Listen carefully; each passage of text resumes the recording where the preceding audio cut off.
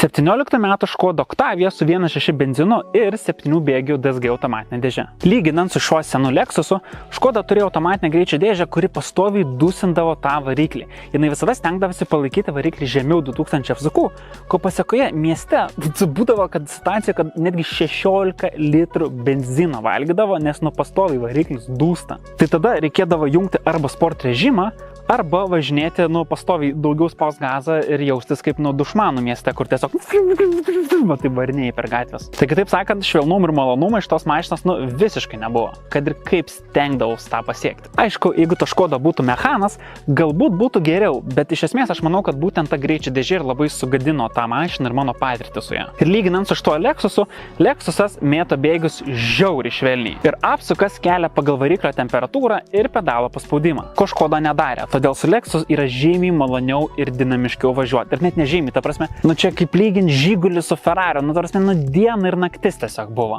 Bet kita vertus, Škoda turėjo tokią durną funkciją, kur autostradoje važiuojant pastoviu greičiu, jinai išjungdavo 2 cilindrus. Vadinasi, iš 4 dirba 2 tam, kad sutaupytų kuro sąnaudų. Ir aš šios funkcijos nenorėčiau savo mašinoje, nes biški smirda variklio keitimu iš ankstinių. Bet jeigu ieškam jau vieno dalyko, ką Škoda atliko geriau negu šitas Lexusas, tai tegul pasiliekam ties šitą funkciją dėl ekonomiškumo.